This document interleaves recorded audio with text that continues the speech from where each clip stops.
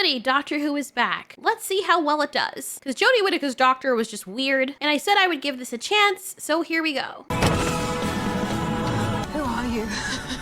I'm the Doctor. I'm the Doctor. Sorry. I always have a hard time getting used to the new doctors. One thing I'll say about this is Ncuti, I think that's how you pronounce his name. He does a really good job at emoting. He has such a pretty face. He's very nice to look at, and his smile is very infectious. There's a few times throughout this where it feels as though he's legitimately laughing, like it's not even in script. And you could tell he's having fun with this, even though in this first episode, they do feel a little wonky with their roles. It feels as though this was filmed before the Christmas specials or the specials, because the two characters kind of feel awkward out the gate. He goes on to saying that the planet that took him in were kind of posh, and he's going through his whole backstory. I don't even remember him having been adopted. Maybe that completely escaped my mind, or it's because I didn't even finish the Jodie Whittaker arc because I was half asleep because it was so horrible. And I think the last few episodes I didn't even bother watching them because it just turned me off. So he's saying it doesn't actually have a name because these places that took him in had titles like Doctor or Bishop or the Rani or Conquistador. So it is what it is. Then they start going over everything that we're supposed to already know about Doctor Who, and they're actually calling this season 1. It's like season 14, but they're calling it season 1. That's how it's listed on the thing. It's almost as though they're soft rebooting it. Good Lord. I'm not even gonna. So I guess this is new Who? Oh, who cares? So, you're a doctor. You're the police? Police box. No, that's a disguise. Inside is a time and space machine, but outside it's like a chameleon. So this entire intro is basically just, oops, sorry. It's basically just an exposition dump for people who are brand new, since they're dubbing it season 1, I guess, 2024. For people who are completely new to Doctor Who, this is going to be their first exposure to it. Let that sit with you for a moment. My first exposure to Doctor Who, when I was introduced to it, was Chris Eccleston. And the first thing I remember thinking is, good grief, this looks like trash. It was old, you could barely see anything because of how blurry it was. But it actually grew on me, and I'm glad my ex introduced me to it because I became a fan right off the gate. I didn't even know at the time there were older versions till he told me, like, oh yeah, by the way, there's going back generations. I'm like, really? That's interesting. But I got to know the Doctor through and through. And one thing I will say about this is that she got what feels completely different than the other Doctors, which maybe is a good thing or maybe a bad thing depending on your perspective. The planet? My world is called Gallifrey. Gallifrey? And where's that? Gone! Ruby, it's gone. It's gone. They died. It was a genocide and they died. Yeah, I mean, no one would have ever figured that's what it meant with you using the word genocide. I assume that means that they died. So, kind of redundant, are we? He is very friendly, but oh my God, the amount of times in this freaking episode that they seem to be couple baiting, because we know he's gay, okay? So, okay, we've already dealt with the fact that there's not going to be anything between them. And then he's constantly seemingly flirting with her almost the entire episode, or maybe I'm just picking that up. Maybe that's just my dirty mind. And I'm like, why is he looking at her like that? Why is he holding her like that? Why is he smiling at her like that? Those are signs that I would pick up from another male counterpart or even a female counterpart as meaning, hey, let's screw. Maybe it's just old habits dying hard. Dying hard to die, whatever, you know what I mean? So they set off on their adventure and they end up someplace. I love how excited Ruby is, and I actually do like her. She's seeing all of this for the first time. The dinosaurs that look like they are on a piece of cardboard that someone took off of Turbo Squid or something. I mean, good grief. I know this is a throwaway scene, but good Lord, man. They look so CGI, almost to the point where they look 3D, and I know that makes no sense. So Ruby's worried that she's gonna step on a butterfly or something and change everything. He says, no, it'll be fine. This will be North America. Oh! What's wrong? Did I? Wow. That wasn't really great acting there, which is why I said I think they're very new with their roles here because he sounds like he's still theater kidding it up. The dramatization just felt so... Oh! That's not the reaction someone would have in real life. But anyway, obviously everything has changed, which is weird because it would have meant that she wouldn't have met him, but this is for fun's sake. This is supposed to be a joke. Not really a funny one. It was a little too predictable. So he's like, oh, everything's fine. And then he takes up the butterfly, kisses its butthole, and Miracle! He is now Bloody Jesus because he has brought it back to life. Is this ever a skill the Doctor had before? If it is, I missed it. Now I'm left wondering, are they going to stay consistent? Is there going to be a time where they're going to need this and conveniently forget that he has the ability to do this? He brings her back into the TARDIS because he's like, you're going to step on something else with your luck. So he said, give me a year. And they're all excited, which makes me excited. And the one thing I noticed, I don't know if he's doing it on purpose or he's just very well endowed. By well endowed, I mean his derriere. Because, first of all, his ass is huge. I mean, I'm sure he's very proud of it. But for a lot of the episode, he is sticking it out. Like, look at my glutes. I worked very hard on these. Check these out. I mean, it's possible it could be the pants. But the way he stands sometimes is the way I stand when I'm trying to make my non-existent ass look bigger. Or maybe I'm just a pervert. I'm drawn to it. Whatever. Moving on. So they end up inside some kind of space station, and it looks all wrong. Oh, with this place, it is a space station. Reaching overload. No, you made it worse. So then they find a monster that starts creeping from out of the shadows. And he's like, there's no such thing as monsters, which I find very interesting because he has been all over the freaking universe, countless timelines where he has seen monsters. But then he goes into explaining that monsters are just creatures that haven't been discovered yet. Yet, weren't there episodes where you legitimately met monsters? Not yet.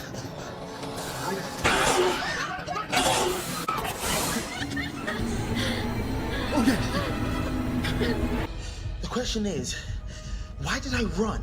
'Cause you're black. I couldn't run fast enough. I was like, whoosh. Well, it'd help if we knew where. Yo, this man is having too much fun. Anyway, they find out that they're in a station that makes babies, a baby farm, and I'm telling you, this is the creepiest thing I have ever seen in Doctor Who so far. So she's wondering, because of course, as one would, why would they be farming babies? To grow them for food? And our new Doctor Who is completely appalled at this. What for? Food? Food? What? Food. They're not tomatoes. Oh, excuse me, there's a big. As we continue the adventure, again, we are seeing things through Ruby's eyes, and the Doctor is so happy just standing there all awkward like in the background as she's enjoying this stuff. Apparently you can make phone calls too from different timelines because the Doctor says so. This is all the way in the future. The Doctor says that this is why he does stuff like this. This is what he lives for new experiences. I can't help but wondering if all of these things that happen in Doctor Who is just the Doctor's way of manipulating reality to mess with people, like some sick, twisted Peter Pan. He's happy because he doesn't have to worry about a job or anything. Just complete freedom. How lucky for you. You have a time machine. He loves going to the next thing, to the next thing, to the next thing. My question is, this is fine, but then why did they have to downplay David Tennant's experience as doing the same thing as him running from something? Now we've written it so that he's doing this all for fun, but David Tennant's Doctor wasn't? They had to make him the sad person and make him go out like that? And this guy's not running from anything? He clearly still has the same pain that David Tennant's Doctor did, so I don't even understand why they even bother writing that in with the specials. Planet Pacifico del Rio. Oh, that's in English. They speak English here. English exists. No. Humans don't speak one language by this point. A bit like Cantonese. English? Okay, maybe I'm stupid or something. And this part just completely escaped my reasoning. I don't know if this is something that I missed, but pretty sure Pacifico del Rio doesn't mean something in English. Pretty sure it's like Spanish or something. I mean, sounds and looks like Espanol, so why are they saying it's in English several times? Does English mean something different, or do they just think all languages are English? Or is she seeing it in English and we're seeing it in Spanish for some freaking reason? The writing in this first episode is freaking weird. No, humans don't speak one language by this point. A bit like Cantonese. This is what it really looks like, but the TARDIS translates. It's got a perception filter. So it really looks like Chinese? Is this not Chinese? Like, I am so confused right now. This looks like Chinese characters. And some of them play Japanese characters too, but I don't, this doesn't, okay, you know what? It doesn't matter. Whatever. Let's just move on. Keep getting these temperature fluctuations. I'm flipping up signal to 10 to 16. Try cost matching for CO2 exchange. So we gotta push it down. I can't. So this entire station is filled with talking babies, aside from the ones that are being farmed, and they're super smart, which is so hard to believe because I don't think humans at this point, the way we're going now, would be anything smarter than a tomato. But here we got babies that have reign of the station speaking as though they went to freaking Harvard. This little kid named Eric is excited because he thinks that these two are his mummy and daddy. He came at last. Mummy and Daddy are here. This little kid always looks like he's freaking worried. I like how they use the same characters, but he always looks as though he does not want to be here. He's like, God damn it, the fuck is going on, bro? Like, am I getting paid for this? Or are my parents? Because I can't take this shit anymore. He always looks, look at him throughout this entire episode. He's perpetually worried. The poor baby probably aged freaking 8 years with this entire production. Look at his face. He always looks worried. Although the kids are not like that, he always looks like, I don't want to be here, man. He's probably the one introvert out of the entire group. Because this is how my face would look. He has freaking tears in his eyes. It's like, get me away from these people. Hello, space babies. Hello, Daddy. Hi, Daddy. Oh my god, okay. The little one in the yellow jumpsuit, she's totally adorable. Look at her. That is so cute. Everyone back to work. Show Mommy and Daddy what good job we've been doing. Make them proud.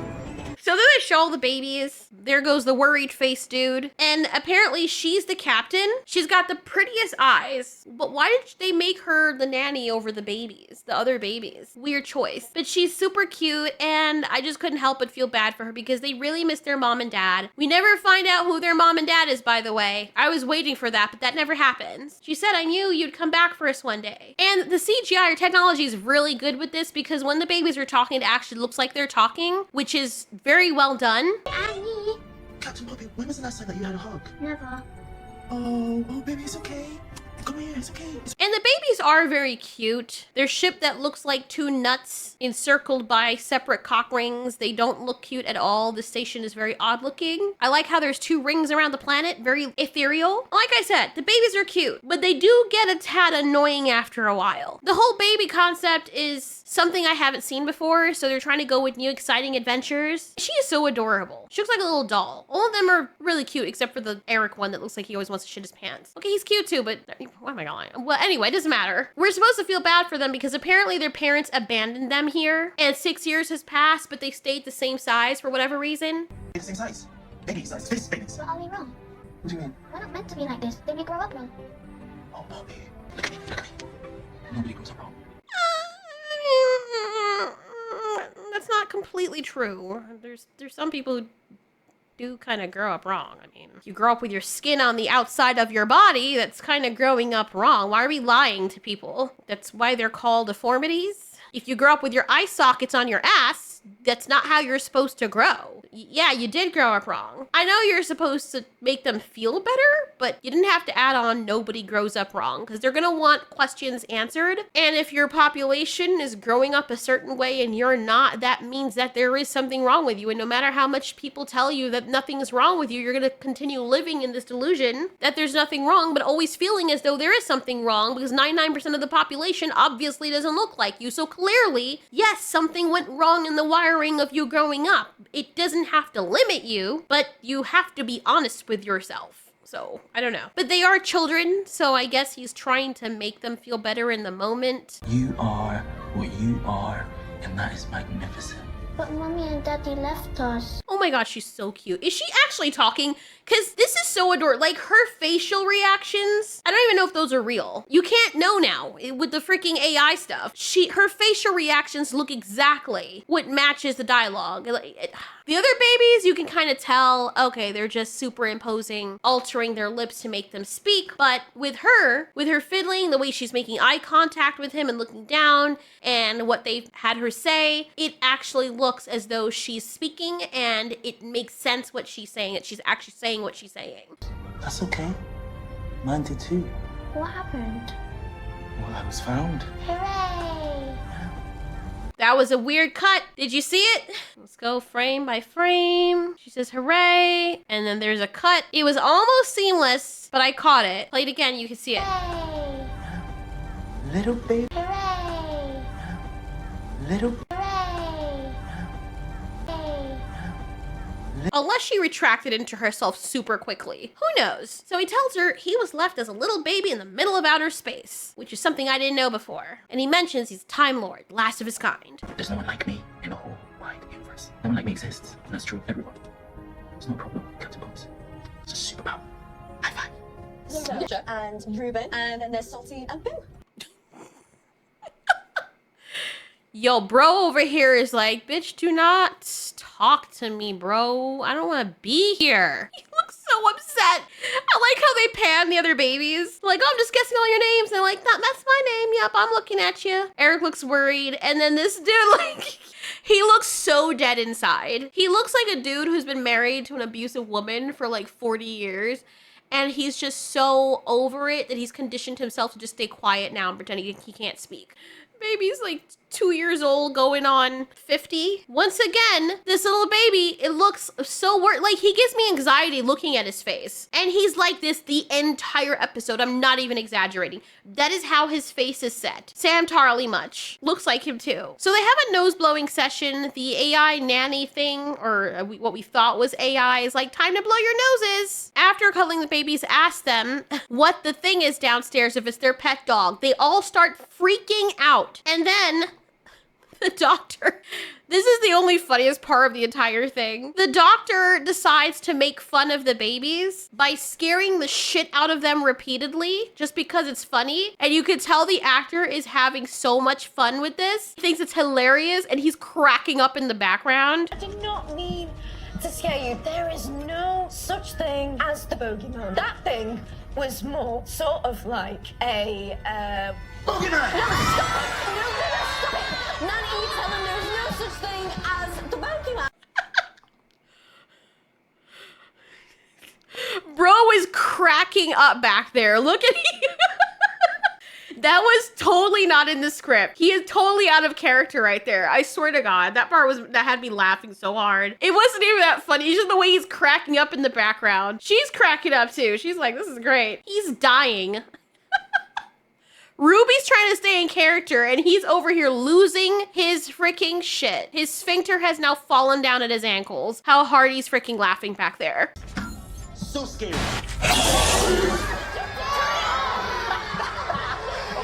Why is he laughing at them? He's just laughing.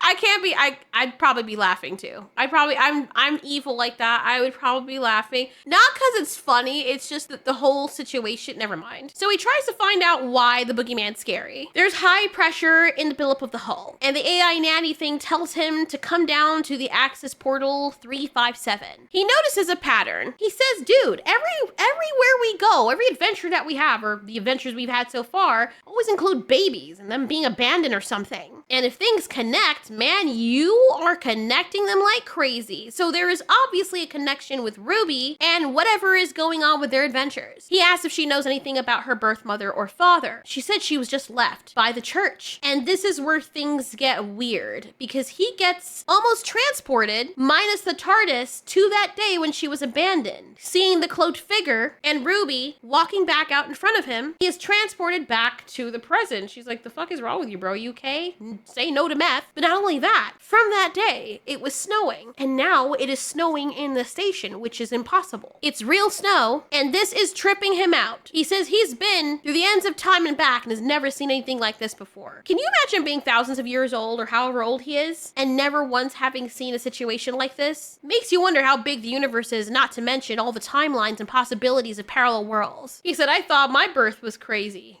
Dude, I like that he's a hugger, but I would have been hella confused at some point because, to be honest, I'm pretty sure Ruby knows that he's not interested, but I would be so confused. I would be the one to be like, is he though? But can you stop touching me then? Like, I'm a hugger too, but damn. You'll see what I mean. So we see the person who is nanny. She'd been using a filter so the babies don't get attached to her. So she sounds like a robot or how a robot would speak, but it's actually a real human being. She knows that the babies and her are gonna die soon. Apparently the whole crew had abandoned the station, signing off because of some protest. They didn't like how things were being run, and so they left behind the space babies. However, the law down on their planet says that it's illegal to stop the birth machine. Jocelyn, the nanny, gets a little help from the doctor to keep things running, and he uses his sonic screwdriver, which doesn't look like a screwdriver anymore, to recalibrate the entire station. And I can't get over how this actor is so pretty. Look at his smile. I am glad that at least they chose somebody who is happier and totally ENFP-ish. It is very refreshing from the cold, dead, corpsey fingers of Jodie Whittaker that we had before. That ass, though. Jocelyn had stayed behind to take care of the babies, but the ship is falling apart and they're eventually all going to starve. She didn't want the babies to watch her die, and she doesn't want to watch them die. So she stayed away from them, kind of sort of looking over them from her little place here. But she too doesn't know what the monster is. They also can't leave the station because it has no engines. The doctor mentions that there's a star-wide organization that will definitely take in refugees. But Jocelyn lets them know that, yeah, the refugees would have to make it there. They're not going to come and fetch the refugees. That's the fate of every refugee in the universe. You physically have to turn up on someone else's shore. Yeah, that's how it works. You're the one that wants to get out of your issue. No one's gonna come in your country and whisk you away. You have to fight for that right to do that. Why else would you expect someone from another country or planet to come show up on another planet that's not their territory or what have you and take people out of it? That just doesn't make any sense. That's not how that works. They have their own people they have to worry about. At the very least, you should be happy that they're providing a place for refugees and you just have to show up. It's really that simple. I mean, it's not simple, but people have done it. Make it work. What is that thing? You don't know. It's nothing to do with me. The doctor still can't get over why the thing made him run away. And he says there's a monster living below under where the babies live, almost like the boogeyman. It's like a children's story come to life. So he puts everything together and then they see Eric, the worrier, heading down to go fix something, I guess. He says he's scared, but someone needs a hero. And Ruby was trying to make him feel better and she told him that there were no monsters. This is why you don't lie to children in life and death situations. Because a grown-up told him that, he now thinks there is absolutely no monster down there.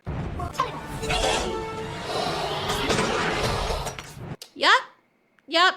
Now this little kid's gonna get sacrificed because you wanted to save his feelings. Ruby is the one that heads off first. You think the doctor would be the one in front of her since he runs faster? But when they get down there, they don't find Eric. You never see the babies actually moving. And if Jocelyn saw him this whole time, why didn't she see where he went? None of this makes sense. So Ruby and the doctor start making noise to draw the monster away from wherever Eric might be. He makes a connection that if he was little and he was shitting his pants, the baby probably literally did that. And since he can smell baby shit, he located Eric worrying inside of this little area. How did Eric end up opening this, getting out of his, whatever, it doesn't matter. Jocelyn doesn't know the difference between west and east, and so the monster is right upon them. They're holding Eric and he's making little fussy noises, which is driving me nuts. Because while he was in that little compartment, he was bone quiet, even though he knew the monster was right out there. But now you're choosing now to start crying. Luckily, the monster doesn't see them. Touch the real illegitimate person. So they're trying to make it funny by showing that the voice filter or speech filter thing can't curse, and she's cursing, like using actual cuss words where she is, but it switches back to the AI or the computerized voice saying something more PC. So instead of you hearing her saying, "Get away from them, you bastard," you hear the computer saying, "Refrain from touching them, you illegitimate person." And it's like, they do it so many times that it stops being funny after a while. It's like the first 2 times you did it, okay, it's funny. It's not funny the next 6 times you do it. Like, we get it. Babysitter rescue! Why are they using the raptor sounds from Jurassic Park? I hate when shows and movies do that. It's like there's already an established sound. They're kind of mixing it up a little bit, which is fine, I guess. But it's always annoying hearing something else. Use what is iconic for another franchise. Like, make your own noises. How much money are you spending on this thing?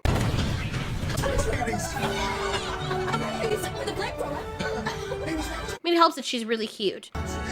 Space babies, you need to go, okay? Get out of here. Why does he keep calling them space babies? You know their names now. I think we're a little bit past that. Just play guys, you know? So the doctor's like, "We gotta find out what that thing is, girl." He tells her to get to safety and she's like, "I'm not gonna leave you on your own. I'm coming with you." Which is exactly what he expected her to say anyway. Rattling in the pipes. Then the howling began. By the time I got the cameras working, there it was. So Jocelyn is telling her face.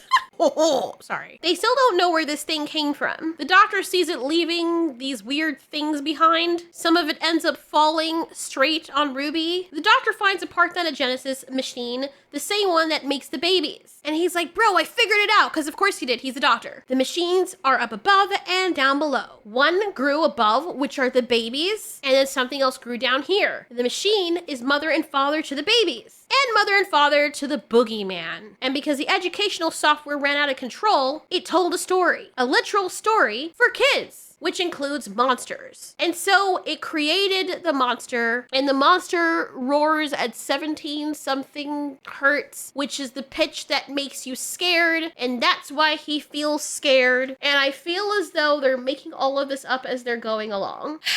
Now, this is not the worst part. I mean, the babies do start to get annoying, even though they're cute. They do start to get a little annoying, but it's the conclusion of this episode that really makes me sorely confused and feel as though the people combined two AIs together to make the story. And we have to stop really using that, because the AIs, from my experience now, probably can tell better stories than what happened in this episode. The doctor tells Ruby that the monster is made out of the baby's snot. When they blow their nose, it went down, and ugh, so disgusting. It grew boogeyman out of boogies, which doesn't make any sense because the word boogeyman is pronounced bogeyman. That's even what it says in the subtitles.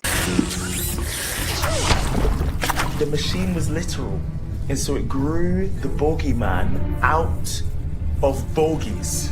What? All of this is bogies. No. Yes. No. Yeah. This is where it starts to devolve into just absolute ridiculousness. A bogey is defined as a score of one stroke over par at a hole. A bogey is sometimes confused with bogey and boogie, meaning they're not the same thing. You look at dictionary.com, it means also specter or phantom, a source of fear, perplexity, or harassment. Who the fuck is writing these scripts where they're using a terminology to explain away a story and don't even know the meaning of the goddamn word? It only took a click. It only took a click. How did you get boogers from boogeyman or bogeyman? This is so bad. Oh my god. This is so bad. You even wrote it into the subtitles and you're like, well, the machine took it literally and made a boogeyman out of boogers. If the machine was taking it literally, it would have known, because it's a machine, apparently computers are much smarter than humans and much smarter than Time Lords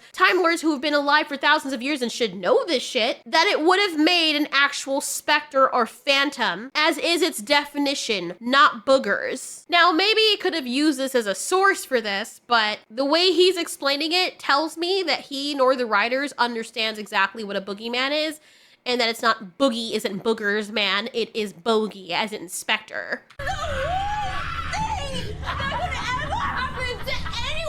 Pretty sure that it could have been baby shit, and that would have been worse. Bro, why is he running like that? Is he freaking Naruto? What are you doing?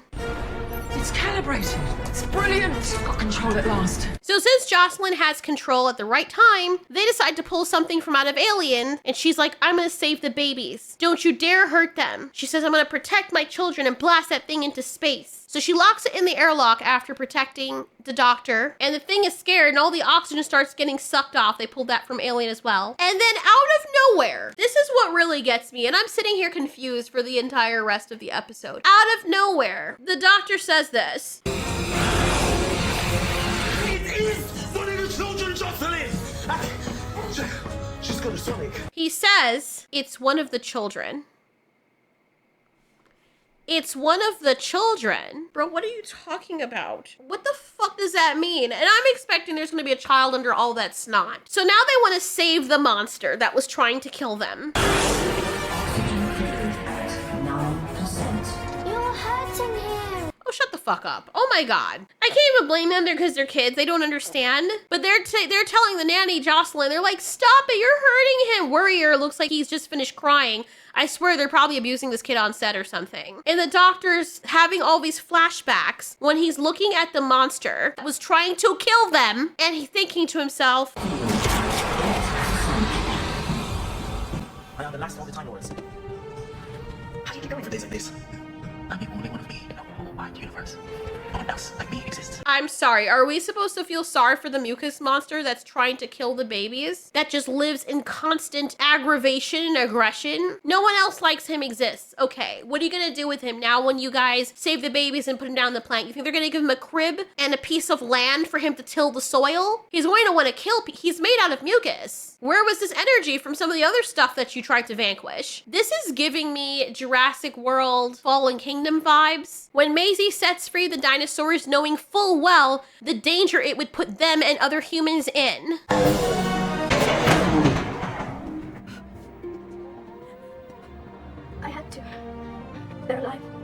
like me.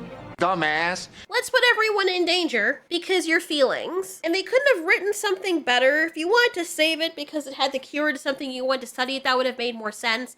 Then it's the only one of its kind, and it's like us, and you're hurting him. Oh my god.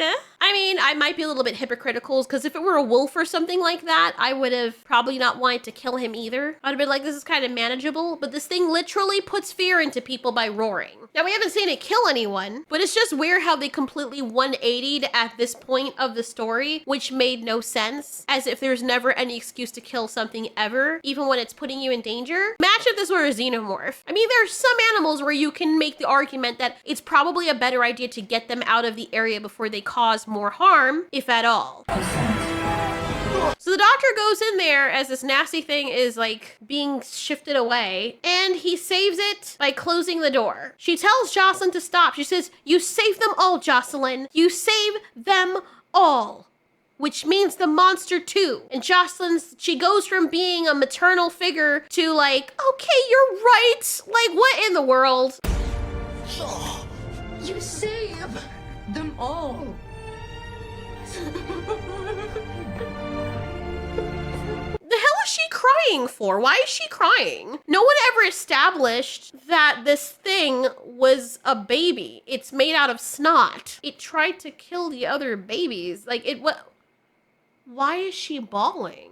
I am so confused. I feel like there is a lot of information that was missing from this episode that we didn't get because it just shifted. It's like 16 different writers did this. And the last one that had the last section of the show to write was like, fuck it all. Let's just subvert people's expectations. It was done so piss poorly. Plus Ruby, Jocelyn Sonsair. Annie was really naughty.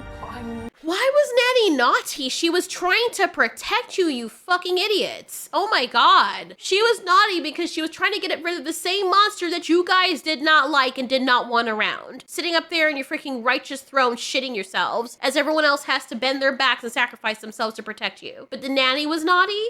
Really? Not the monster that was trying to kill you? No, and I'm so sorry. All of you.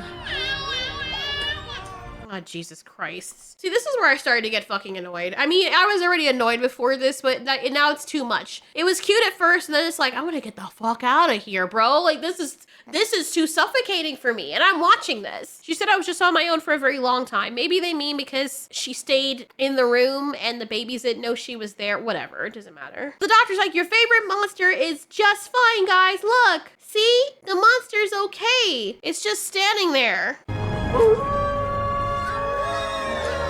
Oh my fucking god. Are you for real? I'm so done with this. What even is this episode? What is this? And then oh god, I just want this to be over. I shit you not, and like literally.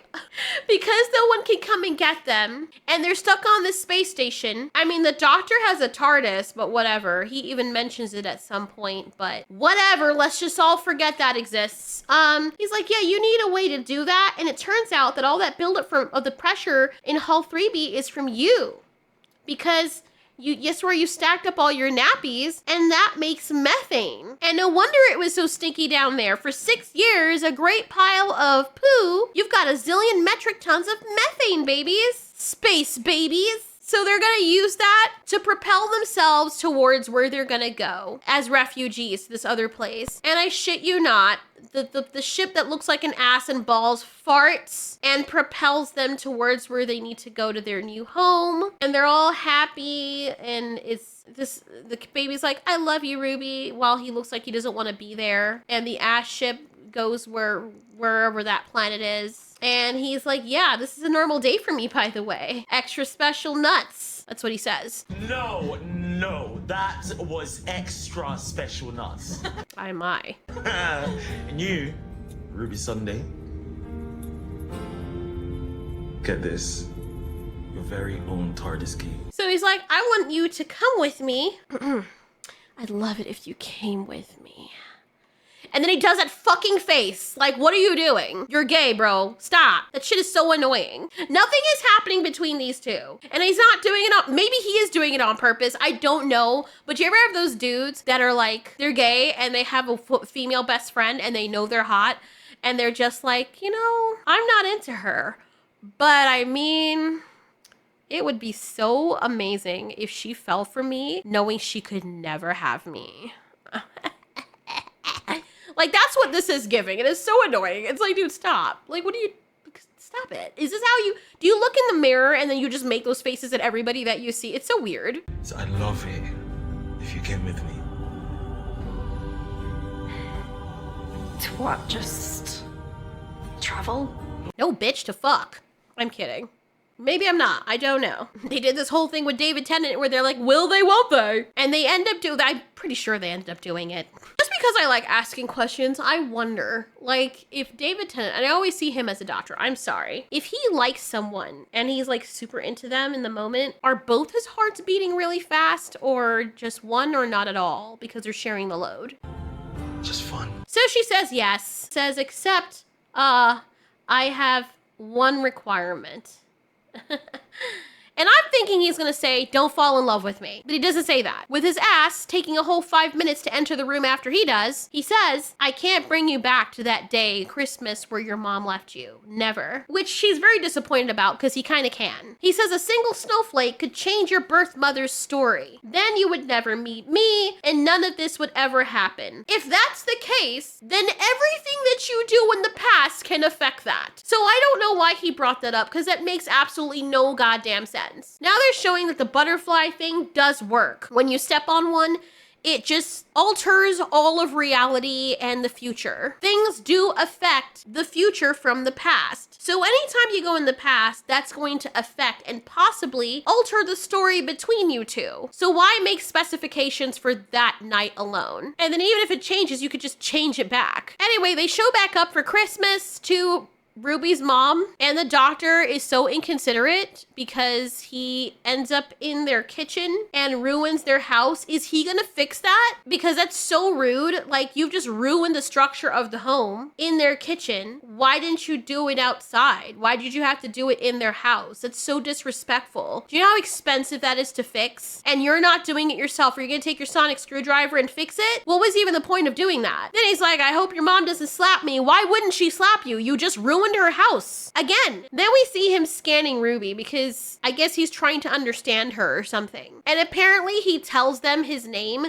because he said, people use Bishop and Pendant and Sagashi and all this stuff. My name is, and then he leaves the TARDIS. So we as the audience never knows his name. That means that if he's going to tell Ruby his name, then she would have brought it up at some point later, right? So we also want to look at what the 71% means on this, what he was looking at, and why her legs specifically are glowing. He's currently doing a scan on her nucleotide composition. Oh, I guess it's 71% done. Because looky-loo, it's actually snowing again in the TARDIS. Like, the memories are linked, which he brings up before. So this episode was dog shit, or baby shit, I should say. It was just awkward. The characters do fall into their roles as the episode progresses, but definitely one of the worst episodes in Doctor Who. The next one, though, is a little different. If you guys are expecting the older version of Doctor Who, it's not here. But I do like Ruby, and I do like Shurigawa as the Doctor anyway. Doesn't seem like the nicest person IRL, based on shit he said about people, but he's doing a decent job so far as the Doctor, albeit a bit awkward, but let's see how he settles into the role as time goes by. He's definitely more palatable than freaking Jodie Whittaker. So there's that at least. And when he's happy and excited, you can't help but be excited and happy with him, especially when he's laughing and just losing his shit on set. It's kind of romance baity though, because it's like, dude, maybe he's gonna have a guy companion next. Because then you have this girl companion, you got a pretty guy and a pretty girl, and it's like, oh shit, one of them's gay. We already had the Rose and Doctor thing. So I guess they're trying to just come up with a whole bunch of different combinations that they've not tried before. I wouldn't say that he absolutely feels like the Doctor yet. He feels more like the Doctor than Jodie does. Jodie never felt like the Doctor to me. And he feels more like the Doctor than Matt Smith did when he was introduced. But Matt Smith turned out to be one of the best Doctors. Let's see what happens with this dude. So far, it's okay. But this episode, damn. Yuck. Don't ever do this again. I live inside my own world of make-believe. Kids screaming in their cradles, profanities. Some days I feel